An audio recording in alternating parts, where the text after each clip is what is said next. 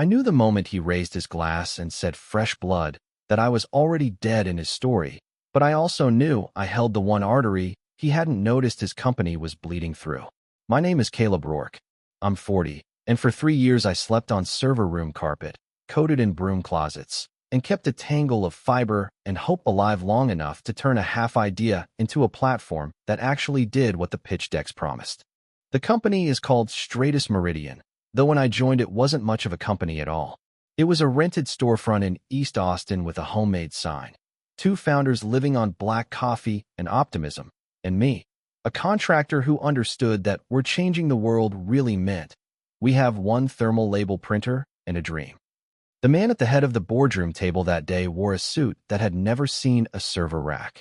His name was Grant Vail, and he'd been director of operations for 6 months, precisely long enough to learn everyone's names and decide none of them mattered. He shifted slide after slide on a 12-foot screen while the investors hummed their approvals. Diagrams glowed, arrows ascended, captions promised synergy, acceleration, and market capture. My favorite buzzword of the hour was disintermediate, which he said as if he'd invented the syllables himself. "Caleb," he said, not looking up from his laptop, "your contributions have been adequate, but to execute at scale, we need modern approaches. We need urgency. We need visionaries." Adequate. I had pulled the company out of a fiery demo crash by rewiring an entire subnet with a cell phone flashlight while the founders vamped on stage about adaptive throughput. Adequate.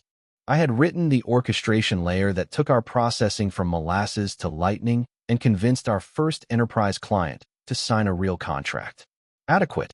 The word lodged like glass behind my teeth, but I only nodded and wrote in my notebook, the way you do when you learn the weather pattern of a storm and you're standing with an umbrella in a field. When the meeting ended, nobody looked at me. I walked back to my office, a generous name for a spare room between the kitchen and the meditation space that had become storage after the 2 beanbags began shedding, and I opened my contracts folder. The file was there, buried under 9 iterations of offer letters, amendments, NDAs, and a scanned check for $1,500 from the early days that Lena, one of the founders, had written from her personal account because payroll was a rumor. I read every line like it had a heartbeat. It did. 3 years earlier, when Stratus Meridian was just a logo on a free website template, I refused to do any foundational work without a freelancer's writers.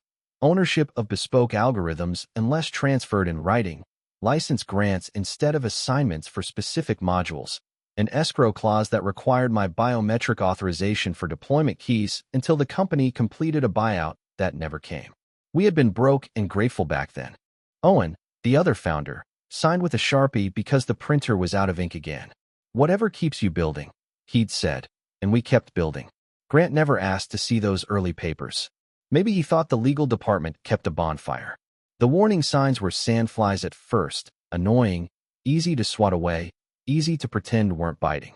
Grant scheduled engineering meetings without engineering. "Wider lens," he'd explain in emails. Roadmaps appeared without my fingerprints anywhere near them. "We're repositioning," he'd say. The word maintenance began to circle me like a vulture. I found myself invited to triage bugs while the innovation pod brainstormed features they didn't know our infrastructure could never support. He had a protege too, a kid named Evan Pike with a resume that read like an admissions essay and the genuine, bright zeal of someone who'd never watched an investor quietly kill a product to focus our story. During stand-ups, Grant would ask Evan to explain why we should rewrite the entire backend in a language he'd learned last semester, and Evan would oblige with buzzwords that made the junior devs sit up straighter. I've never been precious about code. If there's a better way, we use it. But I know the skeleton of what I built, and I know what bones can be swapped without the whole thing collapsing on the operating table. Evan didn't. Grant didn't care. So I documented everything. Not in some vindictive, I'll take my toys way, but in the obsessive, careful way of a person who has pulled too many all-nighters alone. Every subsystem, every failover quirk, every if A and B, then C, unless D equals Tuesday, I had baked in to keep our beta clients live when the SaaS god sneezed.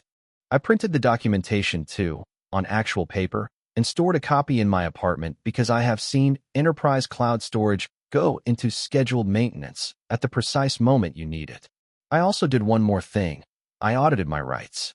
The escrow, the keys, the fact that the encryption algorithm that guarded our production environment ran on a module I had licensed to the company, not sold. I didn't tell anyone. I went back to work. I squashed memory leaks. I tuned queries. I wrote scripts that texted me at 3 a.m. if the queue delay spiked above a threshold. I kept the heartbeat steady. And then, on a Tuesday at 8:41 a.m., 9 minutes before our weekly company-wide, an email pinged my screen. Subject, restructuring, immediate. It was 2 paragraphs of corporate throat clearing that ended. Your position has been eliminated. Please coordinate with HR regarding final compensation and transition of responsibilities. No meeting, no call, not even a courtesy. Will always appreciate the early days lie. I stared at it too long. When I finally stood, my legs wobbled like I'd been sitting in a cold movie theater. I packed a cardboard box. The box seemed silly. 2 moleskins, a plant I'd mostly kept alive, a ceramic mug my daughter painted when she was 6. But I took it because that's what people do. As if you can put your work in a box and observe it like an object afterward. As I walked through the kitchen, nobody would look at me except Doris from accounting, who has seen every ledger, every late payment, and miracle. She squeezed my forearm and said nothing. On my way out, I paused by the server room, because old habits die harder than you expect. The hum through the door hit my bones like a memory. I put my palm against the metal and thought of all the times that hum had been the only sound in a night full of error messages and caffeine. What now? I asked the empty air, and the hum didn't answer. What now was a drive home with my box seat belted like a passenger and my phone buzzing with team texts ranging from "you okay?" to "what the actual?" to "you built my career here. Say where you land." And then after the numbness receded, what now was opening my laptop at the kitchen table and laying out what I still controlled and what I refused to break. My escrow clause wasn't a kill switch. I'd never do that to clients who trusted us with their data. What it did, quite elegantly, was refuse to sign new deployments to production without my biometric go-ahead. It also enforced a license check on certain modules if the company attempted to rekey the system without either my consent or a buyout. In plain English, Stratus Meridian could run forever on the version I'd authorized. They just couldn't stage the big reveal Grant had been nursing like a fragile ego. A top-to-bottom rewrite, a fancy V2 with machine learning press releases and a sticker that said Next Gen, was going nowhere without the weird, unglamorous lock I had mortared into the foundation 3 years ago. In a week from Friday, Stratus Meridian was throwing a launch event at Palmetto Center, a former train station turned convention palace with chandeliers that make you whisper whether you want to or not. Hundreds of investors, journalists, Fortune 500 procurement folks who never look at you directly, but always at a point 2 inches to your left. Grant would be on a stage, promising the sun. The demo they'd run on those colossal screens would be immaculate. And then Monday would come, and actual clients would try to touch the sun, and their hands would meet. Nothing. I don't believe in dramatic sabotage when real people, customers with payrolls, with staff, with promises of their own, are in the blast radius. The revenge I wanted wasn't a crater. It was a mirror. I wanted Grant to see himself the way we'd all seen him for months, convinced that saying vision aloud produced product.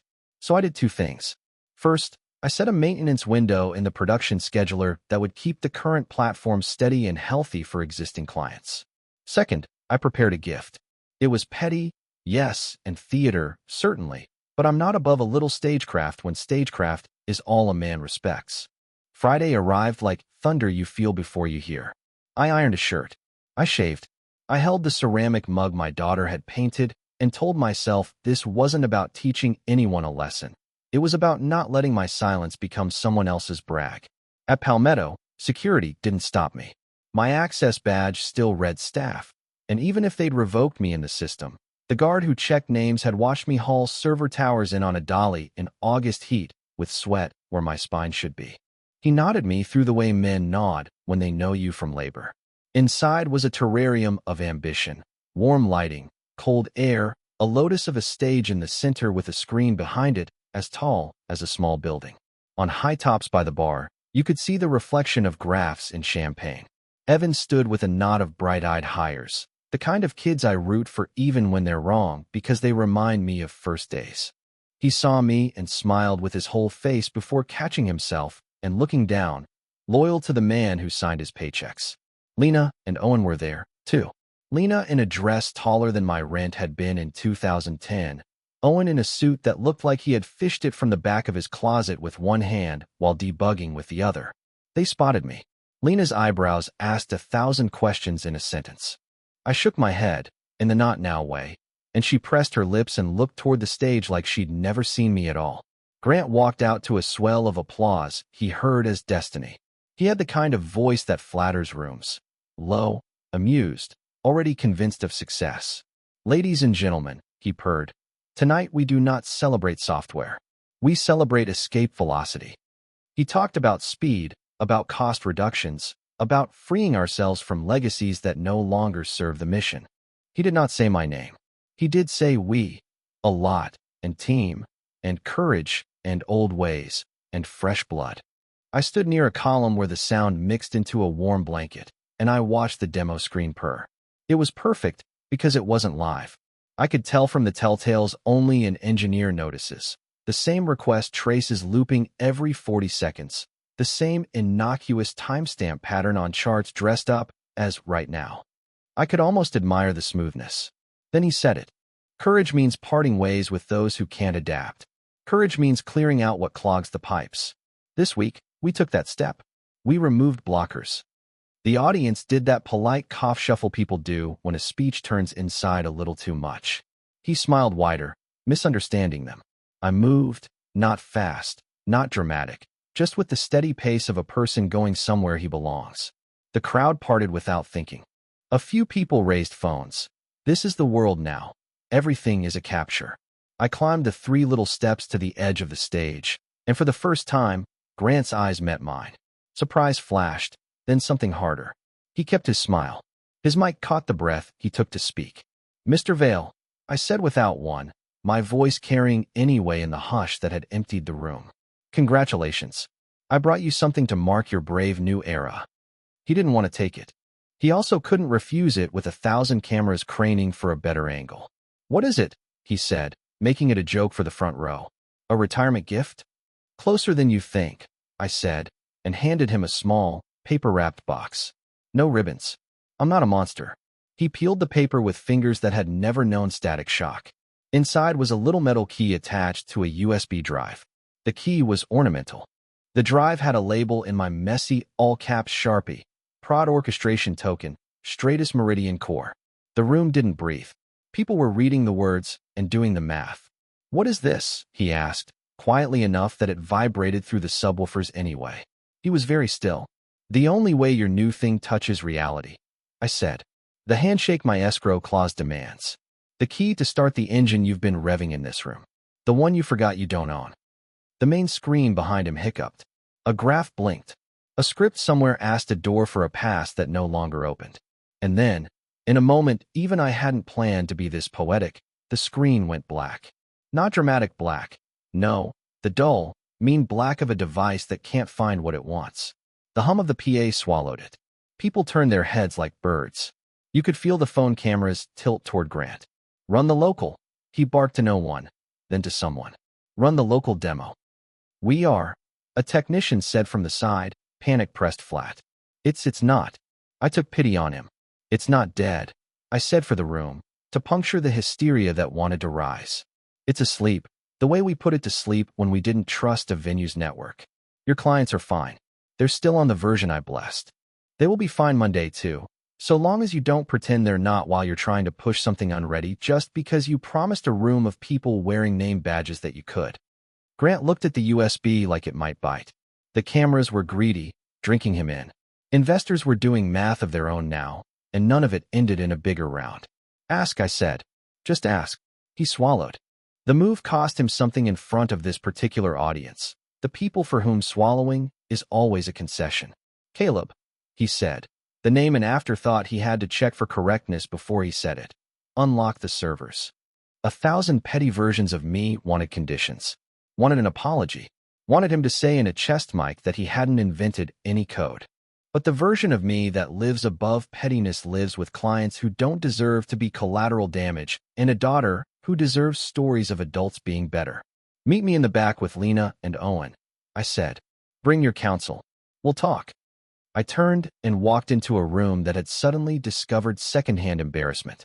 People stared the way you stare at the first car accident you've ever seen. By the bar, Evan stood with his hands half raised, palms up, the universal posture of the young when power screams and they are not it.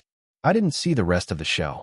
I walked out into the cool corridor that still smelled like the train station it once was, metal and time, and the concession stand lights buzzed an apology that they could offer only pretzels. Owen caught me before I hit the loading dock. Could we need you any more obviously? He said, which is not a greeting, but is close enough. An email would have been nicer than firing, I said, because we still do jokes around here. Lena appeared with her hair like a battle standard. We didn't know, she said. We didn't know he was going to publicly gloat over terminating me. I said, I figured that part out. And softer, because Lena had shared her lunch with me when the investor check bounced that one time. I'm not here to burn the house. What do you want? She asked. Control, I said, and not in the villain way. In the don't let another man with a slideshow decide which module we pretend doesn't exist way. I want ops. And I want a buyout of my escrow rights that also puts me in the room anytime you decide to re-architect. You can keep Grant's handsome treadmill desk, though. He just turned you into the villain with 1,000 witnesses, Owen said. You sure you want to walk back into his building? I want to walk back into ours, I said. Behind us, muffled panic continued. Somewhere in there, Grant was promising refunds like a man bricking over a window to prove he loves the house. In the lobby, a journalist cornered me with a mic and asked, Is it true you purposely crashed the demo? I looked into a lens and said, No. I purposely required the person promising you something to have the key that makes it possible. When the clip ran on a tech blog an hour later, the comments section divided like a cell. I didn't go home. I went to the apartment of Nickel, a lawyer who has pulled me out of contracts with clauses that should be outlawed. He answered with a bowl of cereal in his hand and looked me up and down like he was cataloging injuries. I told him everything. He poured me cereal too. You didn't lock out paying customers, he said, just to hear me say it again. You didn't corrupt anything. You just held the deploy token like your contract allows you to. Yes. And now you want to trade it for a seat, not a payout. I want to build, not retire. You want a COO title? Or CTO with teeth? Call it what you want if the clause reads like the teeth I need. He smiled, cereal spoon in the air like a gavel. You finally want to be the adult in the room. God help me, I said. Saturday was a hydra. My phone sprouted more calls than a tree sprouts leaves in a good midsummer storm. Some were reporters. Some were engineers at other companies prefacing their curiosity with off the record. Some were investors I'd only ever seen at the edges of rooms, dressed like shadows. And some were my own team, the people I had left in an email thread with a subject line that felt like a sneeze. I answered about a third. The rest I ignored so I could write. I wrote what I wanted to do if I got the wheel. A modernization that respected the rails we had, not a bonfire. A slow strangulation of the debt we'd hand-waved in sprint retros, because people higher up preferred a list of features to a list of risks. A promise to mentor the Evans of the world so they learned why you don't swap engines mid-landing. I wrote a plan for the board that would read like money. I wrote an apology to the team for disappearing without giving them a speech to carry. I wrote a text to my ex-wife that said, when Joe asks why people online are yelling my name, here's what I want you to tell her. Because my daughter is 11 and loves computers, and this is the first time her dad has been the kind of famous that makes other kids ask questions at lunch. On Sunday, Lena called. They're moving, she said. They who? The board, she said. Our 2 outside members hated the look of Friday night. And Maya-chun, you know, our angel who talks like she eats nails for breakfast? She told the room, you don't fire the person who built the boat and then try to sail with a hairdryer. I don't know what that means, but it sounded good. What does it mean for Grant? Votes tomorrow, she said. Bring your plan. I brought it. I wore the kind of suit you keep for weddings and funerals and meetings where you propose to turn chaos into policy. The boardroom had the hush of an airport lounge. Grant sat already, jaw like a pulley. If looks could discover new elements, his would have turned me into a metal with a stupid name and a price per ounce. They made him talk first. We cannot allow rogue engineers to hold the company hostage, he said, which I'll admit is a sentence designed to make men with portfolios nod like bobbleheads. This is why companies die. Not from competitors, from insubordination. If you'd read my contract, I said, you'd know I wasn't rogue. I was precise. Semantics, he snapped. We're a software company, I said. Semantics is our whole field. Owen coughed to hide a laugh. Lena's lips pressed so tightly together they disappeared. They made me talk next. I didn't give them poetry. I gave them numbers. Uptime, churn, cost curves. I showed them the delta between maintaining trust and playing launch theater for applause. I explained our escrow, my rights, why what I had done had protected them from a lawsuit I could already see forming in a law firm with a name that sounds like four men named Todd. I showed them a modernization plan with phases and kill criteria. I said exactly once, because men like to be flattered by not being flattered. I love this platform, even when it makes me curse. I'm not asking to throw it away. Maya asked 3 surgical questions that carved the air between us into an operating field. The outside board member with the crisp pocket square asked if clients were at risk. Not on my watch, I said, and meant it. The other outside, retired, wealthy, polite in that old money way that smells faintly of cedar, looked at Lena and Owen and said, "Do you trust him?" And they both said yes at the same time. Grant scowled at the table like it owed him reimbursement. It sets a terrible precedent, he said, rewarding this kind of behavior. What next? Engineers turning off billing because they don't like a CFO? That would be a problem if the CFO had signed a contract 3 years ago giving them the right, Maya said. And one of our attorneys showed their first facial expression of the day that wasn't neutral. The vote wasn't loud, but it was decisive. They thanked Grant for his months of service and told him HR would send him separation paperwork in an email that would feel familiar to me. He stood. For a second, I thought he might say something true like, I thought I could outpace legacy with swagger, or I mistook theater for product. He didn't. He said, you'll regret this when you realize he's a drag on your dreams, and left. The door shut like an exhale. Congratulations, Maya said to me. You're about to have the least glamorous version of power I know. Responsibility. I wanted to be brave, but if I'm honest, what I felt was relief, so bright it was almost joy. Not because I had won, whatever that means, but because I could stop improvising revenge and start doing a job, which has always been the only thing I wanted, making something that works. We announced it that afternoon, not in an email with balloons, in a company-wide meeting with lights on and faces visible. I stood in front of people who had been told to cheer a launch that died on a screen, and I said, I'm sorry for how you learned what you learned. I'm sorry for where I left you while I figured out my spine. I don't want to be your hero. I want to be the person you call when the queue is red at 2 a.m. Someone, Doris from accounting, started clapping. Not loud, just enough to keep the moment from sinking under its own weight. Then we worked. God, did we work. We froze features for 8 weeks and paid the political cost with anyone who loves a roadmap more than a rollback plan.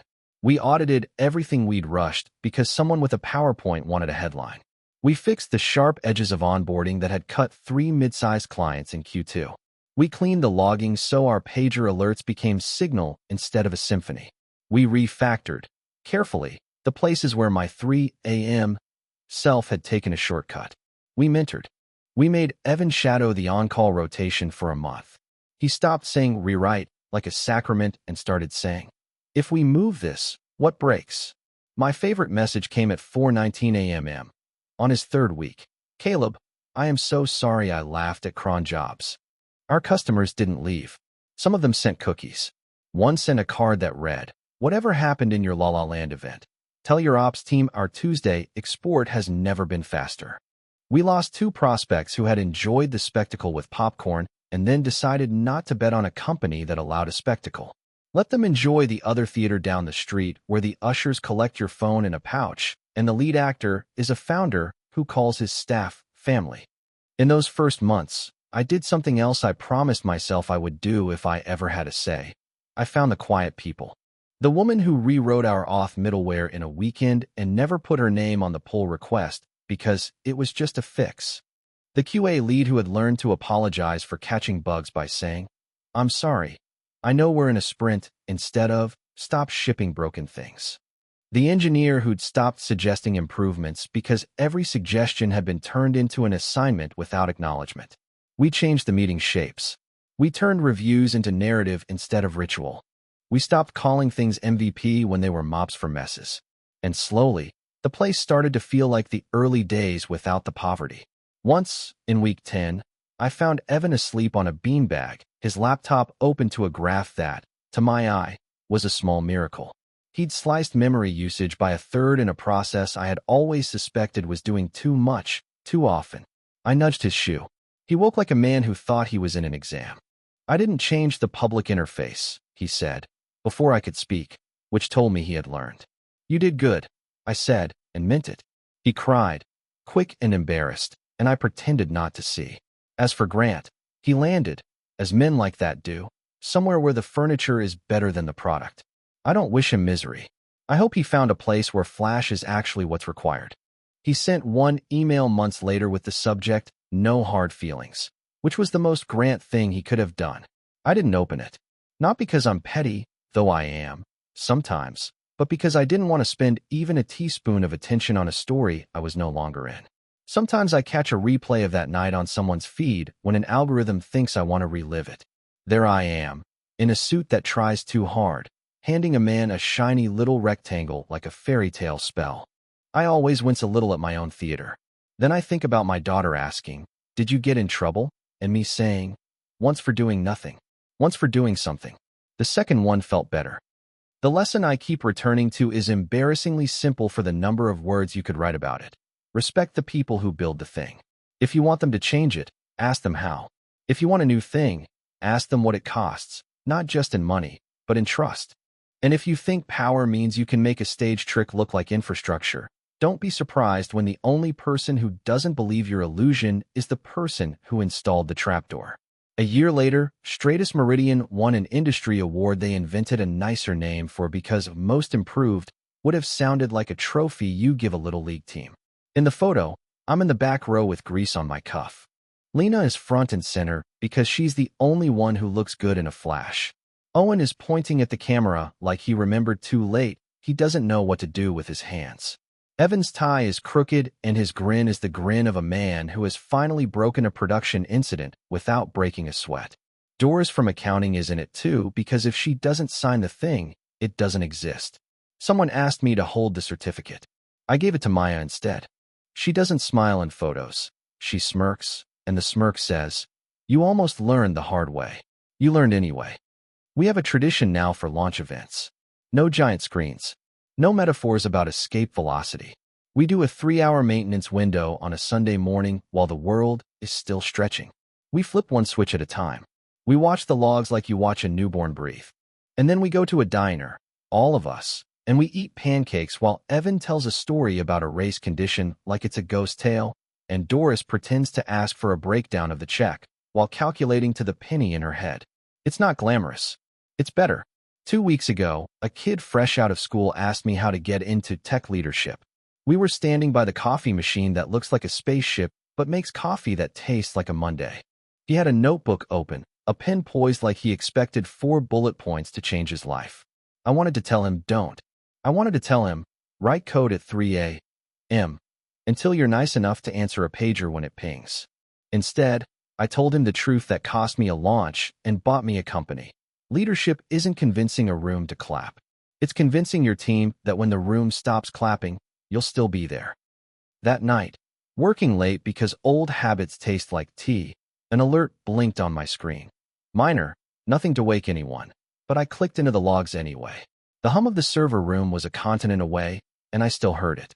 I pushed my chair back and put my palm against the cabinet in my office where the first printed copy of our architecture lives, black binder, spine creased from my thumb. I thought about the man standing on a stage, drunk on a room's attention. I thought about the engineer walking toward it with a small box in his pocket and a universe of restraint in his throat. It would be nice if this story ended with a kiss or a yacht. It ends better. It ends with a deploy message that reads, completed, with the names of 5 engineers in the commit history, with a customer emailing our support alias to say, whatever you changed, our export screams now. With Doris sliding a spreadsheet across my desk, and saying, "Look, we survived another quarter without promising to jump over the moon," with my daughter texting congrats with 3 sparkles and asking me when she can learn to write scripts that turn lights off automatically. If you were at Palmetto Center the night the big screen fell to black, you might think the lesson was never anger the person with the key. That's not wrong. But the lesson I carry is kinder and harder. Give the key to people who know what doors it opens and let them tell you when a door is a wall. And if you ever find yourself on a stage with a room of strangers waiting to believe in your magic, remember the only trick worth performing. Hand the credit to the people who keep the hum steady, and the only thing that will go quiet is applause, which was never the point. Grant taught me something, against his will. Sometimes the fastest way to change a company is to let a man build a parade for his own brilliance, and then hold up a mirror at the end of the route. Not to humiliate him in the town square. To show everyone watching that the float they're riding on is made of plywood and paint, and the only reason it turned corners without collapsing was the people walking alongside it with wrenches and rope. We call what I did revenge when we need a headline. When it's just us, in the quiet after a deploy, in the diner with syrup on the table and logs on our phones, we call it what it was. Refusing to let someone sell the sky while we were still down here making air.